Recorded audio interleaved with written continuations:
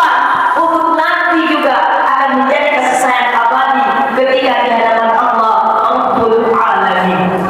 Ibu-ibu yang dirahmati Allah, ketika kita ingin mengatakan bahwa kita ingin menjadikan Rasul itu sebagai idola, lihatlah bagaimana perjalanan para sahabat Rasul yang mengikuti bagaimana sirah an-nabawiyah, bagaimana kehidupan di Baitul Nubuwah, di dalam rumah kenabian. Bagaimana akhlak mereka?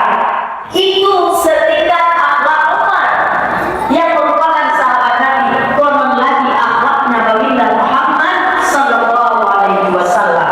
Jadi merujuk kepada yang disampaikan oleh guru kita tadi, kalaulah itu seperti itu tadi saya mungkin sudah pernah mimpi ketemu Rasul, tapi karena tak kenal jadinya nggak tahu, pikir sama artis Hollywood berkokok. Karena kenapa?